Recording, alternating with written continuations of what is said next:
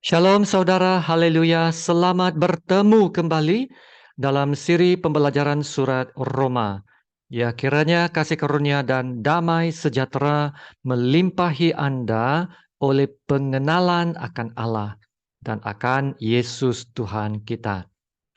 Kita sambung lagi bab yang kelima, ayat dari 12 hingga ke 19 yang bertajuk dalam Adam semua mati, dalam Yesus semua hidup. Mari kita baca ayat yang ke-12. Sebab itu, sama seperti dosa telah masuk ke dalam dunia oleh satu orang, dan oleh dosa itu juga maut.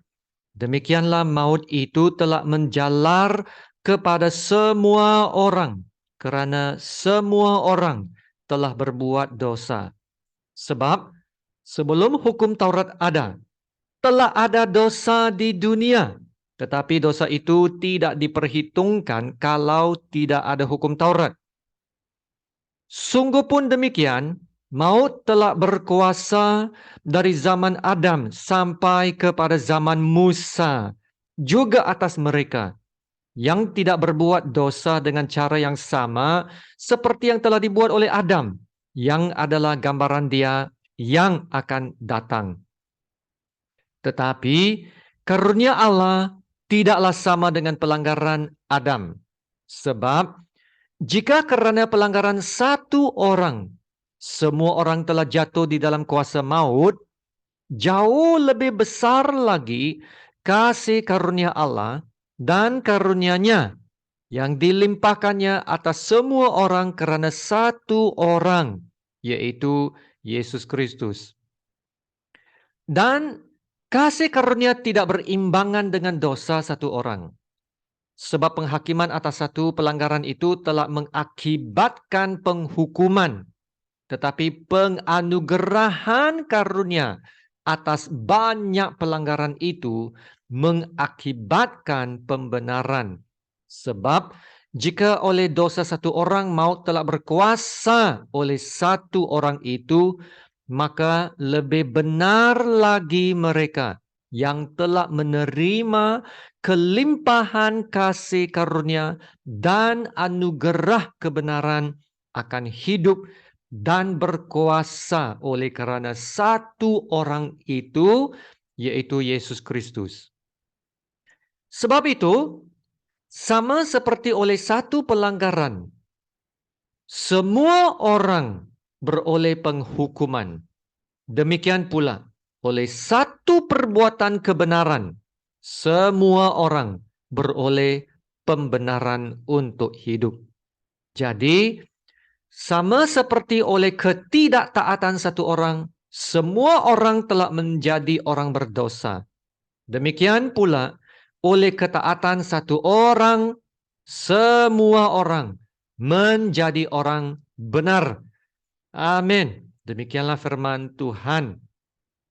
Sebelum ini kita telah melihat kesan kematian Yesus bagi kita. Ayat 11 mengatakan, oleh Dia, ya, satu pribadi ini, kita telah menerima pendamaian. Ya, kita didamaikan dengan Allah. Nah, itulah keselamatan kita, ya, oleh Dia, ya, yaitu hanya melalui Yesus, hanya melalui satu pribadi saja. Ya, Yesus menjadi pengantara, yaitu menjadi jambatan manusia kepada Allah Bapa.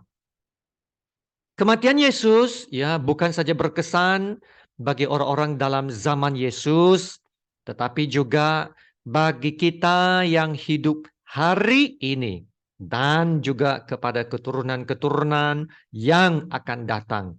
Nah, bermaksud Yesus mempunyai pengaruh yang besar kepada semua manusia, satu pribadi Yesus, ya. Nah, terutamanya kepada orang-orang percaya yang sekarang hidup beriman kepada Yesus. Ya, saudara, selain daripada Yesus, siapa lagi satu orang yang mempunyai pengaruh yang besar kepada seluruh, ya, umat manusia?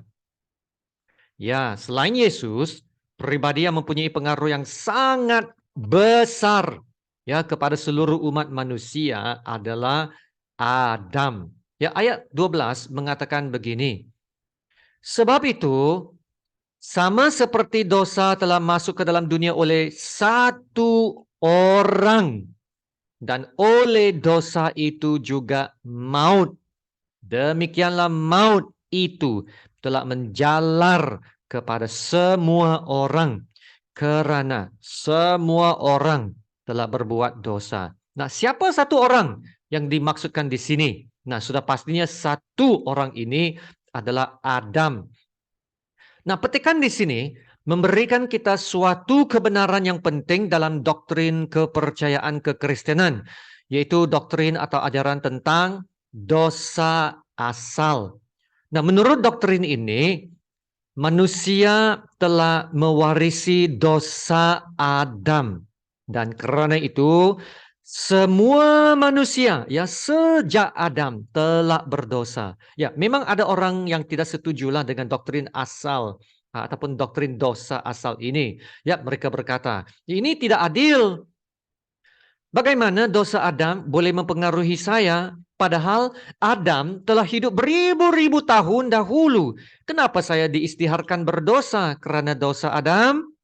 Ya, mereka yang tidak percaya doktrin dosa asal mengatakan semua manusia yang lahir ke dunia ini adalah baik. Ya, tiada dosa. Kita pertama-tamanya baik.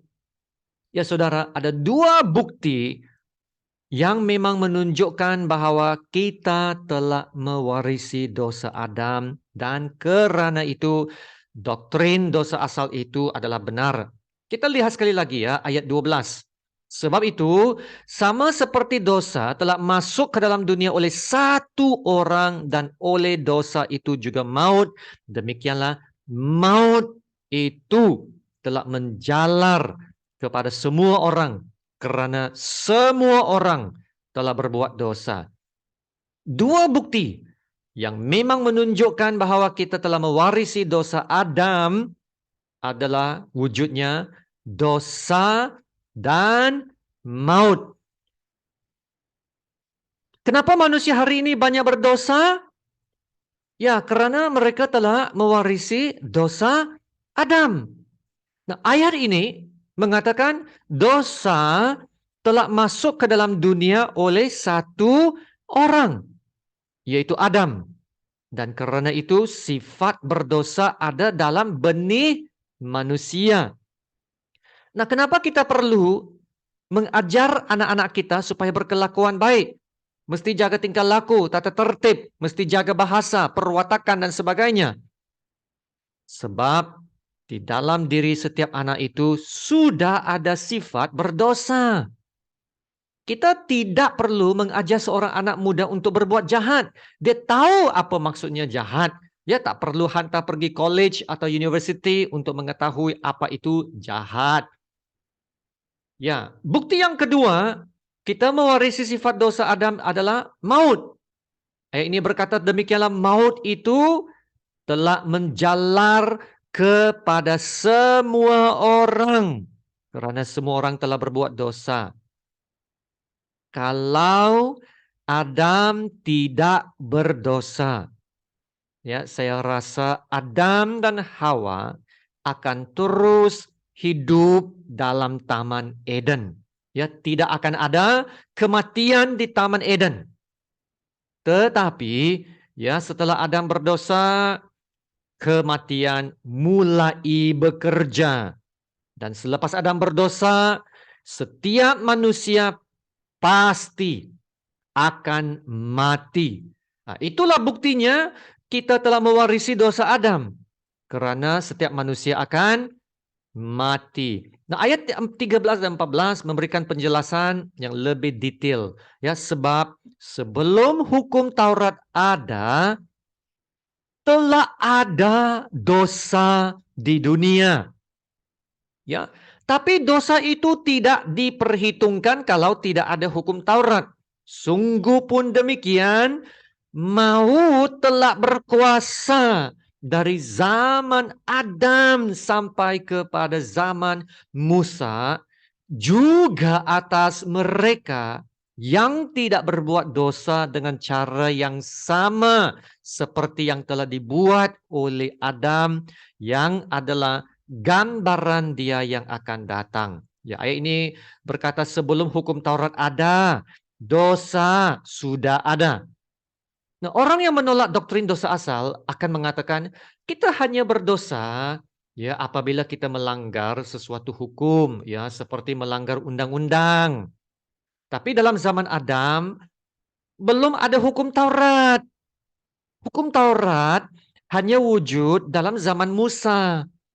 Maka kita hanya berdosa apabila kita melanggar hukum Allah.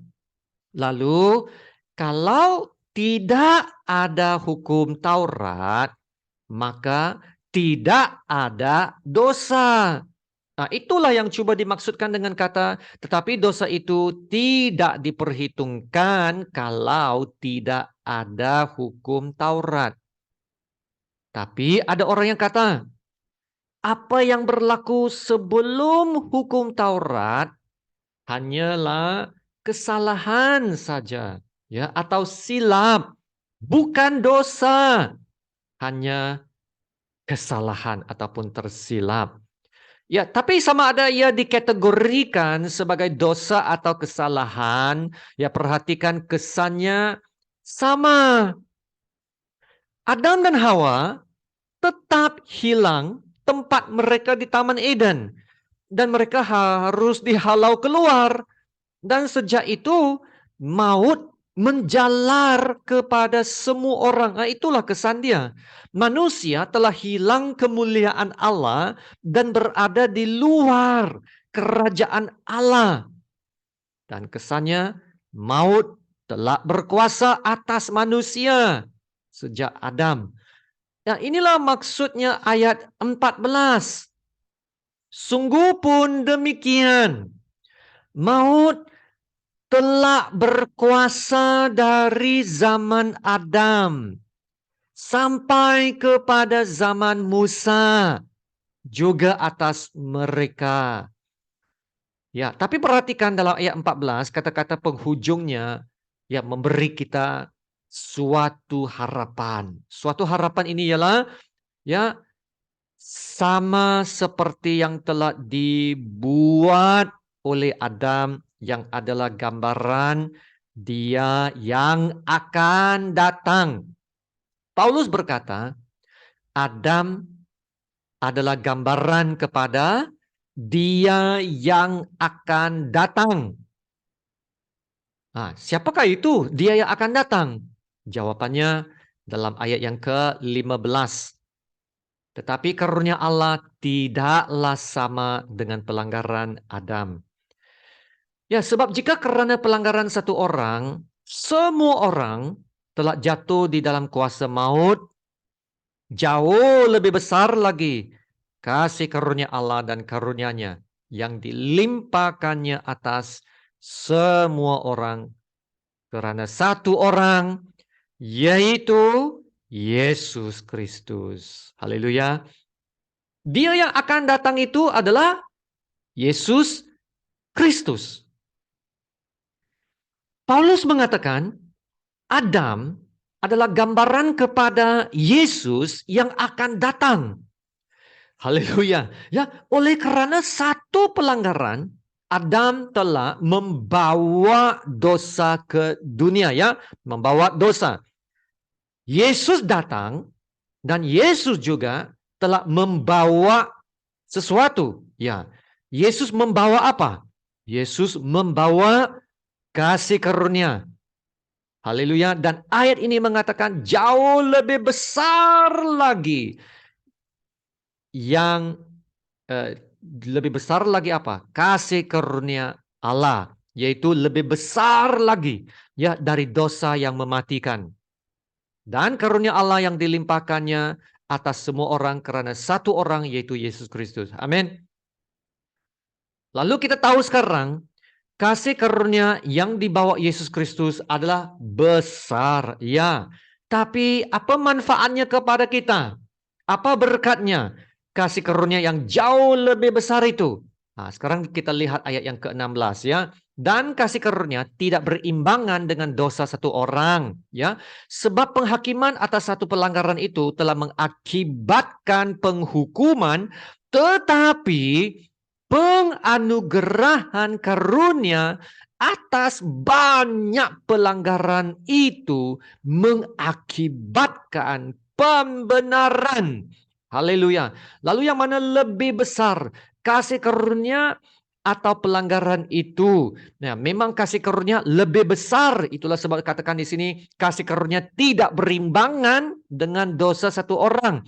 Maksudnya kasih karunia yang jauh lebih besar itu adalah kuasa kasih karunia Tuhan yang mengatasi lebih besar lagi dari pelanggaran Adam yang membawa masuk dosa dan maut. Amin. Ini yang luar biasa, yaitu kuasa kasih karunia Tuhan dapat selamatkan manusia dari dosa asal Adam. Ini yang luar biasa.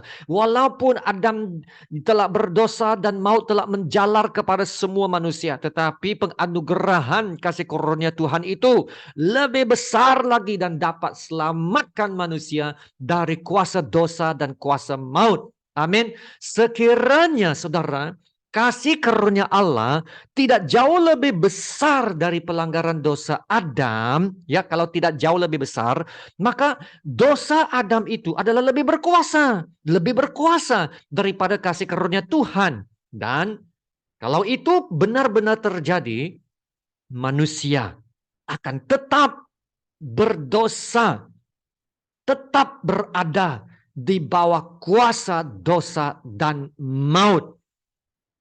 Tapi kita bersyukur kasih karunia Allah jauh lebih besar dari pelanggaran dosa Adam. Amin. Dan karena itu kasih karunia Allah dapat selamatkan kita dari kuasa dosa. Karena kasih karunia Allah lebih besar, jauh lebih besar. Haleluya. Dan karena kasih karunia Allah dapat selamatkan kita dari kuasa dosa, maka kita dapat diperbenarkan. Itu penganugerahan karunia atas banyak pelanggaran itu mengakibatkan pembenaran. Haleluya. Nah, ingat ya, diperbenarkan bermaksud diistiharkan, tidak bersalah lagi. Semua tuduhan dosa digugurkan. Kita bebas. Haleluya. Nah, itulah maksudnya ayat 16 ini yang luar biasa, yang mengatakan penganugerahan karunia atas banyak pelanggaran itu mengakibatkan pembenaran. Haleluya. Seterusnya ayat 17 dan 18. Sebab jika oleh dosa satu orang maut telah berkuasa oleh satu orang itu, maka lebih benar lagi mereka yang telah menerima kelimpahan kasih karunia dan anugerah kebenaran akan hidup dan berkuasa oleh kerana satu orang itu, yaitu Yesus Kristus. Haleluya. Ayat 18. Sebab itu sama seperti oleh satu pelanggaran semua orang beroleh penghukuman, demikian pula oleh satu perbuatan kebenaran semua orang beroleh pembenaran untuk hidup. Ya, saudara, ayat 18 mengatakan oleh satu perbuatan kebenaran. Apakah satu perbuatan kebenaran Yesus yang boleh menyebabkan semua orang beroleh pembenaran untuk hidup? Ya, Adam telah melakukan satu perbuatan, dan karena perbuatannya semua orang telah berdosa dan maut telah menjalar kepada semua orang. Adam yang kedua, yaitu Yesus, ya telah melakukan satu perbuatan, dan karena satu perbuatannya semua orang yang berdosa dapat diselamatkan dan beroleh hidup yang kekal. Satu perbuatan Yesus itu tidak lain tidak bukan adalah pengorbanannya, kematian Yesus di kayu salib untuk membayar segala hutang dosa manusia. Ya, untuk mematikan kuasa dosa manusia. Dan Yesus bangkit dari kematiannya, ya, untuk membuktikan bahwa Yesus telah mengatasi kuasa dosa dan kuasa maut yang telah menjalar kepada semua manusia. Tidak lagi, ya. Itulah sebabnya kasih karunia Allah itu jauh lebih besar, yaitu lebih berkuasa dan dapat menyelamatkan. Wow, luar biasa, saudara. Ya, ayat 19. Jadi sama seperti oleh ketidaktaatan satu orang, semua orang telah menjadi orang berdosa. Demikian pula oleh ketaatan satu orang, semua orang menjadi orang benar. Wow, ketidaktaatan Adam menyebabkan semua orang berdosa. Ketaatan Yesus menyebabkan semua orang menjadi orang benar. Maka kita dapat lihat di sini tentang perwakilan, ya. Adam mewakili semua manusia. Ya, Yesus yang merupakan gambaran Adam, Adam yang kedua, juga mewakili semua manusia karena gambaran itu. Dan oleh satu dosa, yaitu dosa Adam, semua berdosa. Dan oleh satu pengorbanan Yesus, semua manusia dapat diselamatkan. Itulah sebabnya kita percaya tentang perwakilan Yesus. Dengan hanya satu pengorbanan Yesus itu ada keselamatan untuk semua orang. Tapi ini tidak bermaksud semua manusia di dunia akan diselamatkan, ya. Bukan semua manusia diselamatkan. Semua manusia di sini adalah mereka yang percaya dan menerima Tuhan Yesus. Ya, seperti mana yang dikatakan tadi dalam ayat 17 lah. Saya ingin membaca ayat 17 ini sebagai ayat yang terakhir. Ya, sebab jika oleh dosa satu orang maut telah berkuasa oleh satu orang itu, maka lebih benar lagi mereka yang telah menerima kelimpahan kasih karunia dan anugerah kebenaran akan hidup dan berkuasa oleh karena satu orang itu, yaitu Yesus Kristus. Haleluya. Saudara, oleh satu pengorbanan, Yesus memperdamaikan semua manusia kepada Allah Bapa. Wow, saudara, inilah penganugerahan kasih karunia yang paling luar biasa. Amin. Dan yang lebih luar biasanya, haleluya, penganugerahan kasih karunia ini masih berterusan dengan orang-orang percaya. Ya, lihat ayat 17. Menerima kelimpahan kasih karunia dan anugerah kebenaran akan apa? Akan hidup dan berkuasa oleh karena satu orang, yaitu Yesus Kristus. Wow, itulah besarnya kuasa kasih karunia Tuhan. Satu pengorbanan Yesus membatalkan kuasa dosa atas manusia. Dan karena itu kita dapat menerima bukan lagi murka Allah, tapi menerima apa? Kelimpahan kasih karunia dan anugerah kebenaran. Luar biasa kan? Dan juga kita akan hidup dan berkuasa seperti Yesus adalah hidup dan berkuasa. Amin. Haleluya, mari kita berdoa. Bapa kami yang di surga, terpujilah namamu yang termulia. Terima kasih Bapa untuk firman kebenaran-Mu. Terima kasih Bapa, kami dapat menerima penganugerahan kasih karunia-Mu yang sungguh-sungguh luar biasa dan sangat-sangat berkuasa. Karena ia dapat mengatasi semua kuasa-kuasa dosa dan maut yang telah dibawa masuk oleh karena pelanggaran Adam. Ya Tuhan, kami harus mengaku kami lemah, kami tidak berkuasa, kami tidak berdaya untuk selamatkan diri. Ya Tuhan, Engkau telah mengutuskan Yesus Kristus. Satu pengorbanannya telah selamatkan kami semua yang percaya. Dan penganugerahan kasih karunia-Mu bukan hanya sekali saja. Kami masih dapat menerima penganugerahan kasih karunia-Mu yang berlimpah-limpah dalam hidup kami. Itulah yang membuat kami dapat hidup benar, dapat hidup berkuasa, seperti mana Yesus adalah hidup benar dan berkuasa.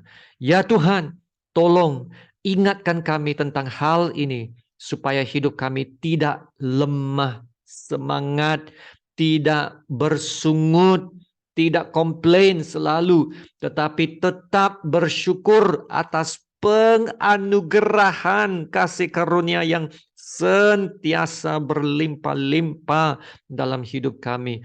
Haleluya. Terima kasih Bapa. Terima kasih Bapa atas kasih-Mu yang setia. Haleluya. Dalam nama Tuhan Yesus yang termulia, kami berdoa. Amin. Haleluya, saudara. Terima kasih saudara untuk masa dan perhatian Anda. Ya saudara, sesuai dengan apa yang telah kita belajar dan doakan, renungkanlah penganugerahan kasih karunia Tuhan yang begitu luar biasa, yang sentiasa berlimpah-limpah dalam hidup kita. Ya, semoga ini akan dapat membangkitkan iman Anda untuk hidup lebih bersemangat dalam Tuhan Yesus. Amin. Haleluya, sama-sama kita menerima berkat Tuhan. Tuhan memberkati engkau dan melindungi engkau. Tuhan menyinari engkau dengan wajah-Nya dan memberi engkau kasih karunia-Nya. Tuhan menghadapkan wajah-Nya kepadamu dan memberi engkau damai sejahtera. Amin.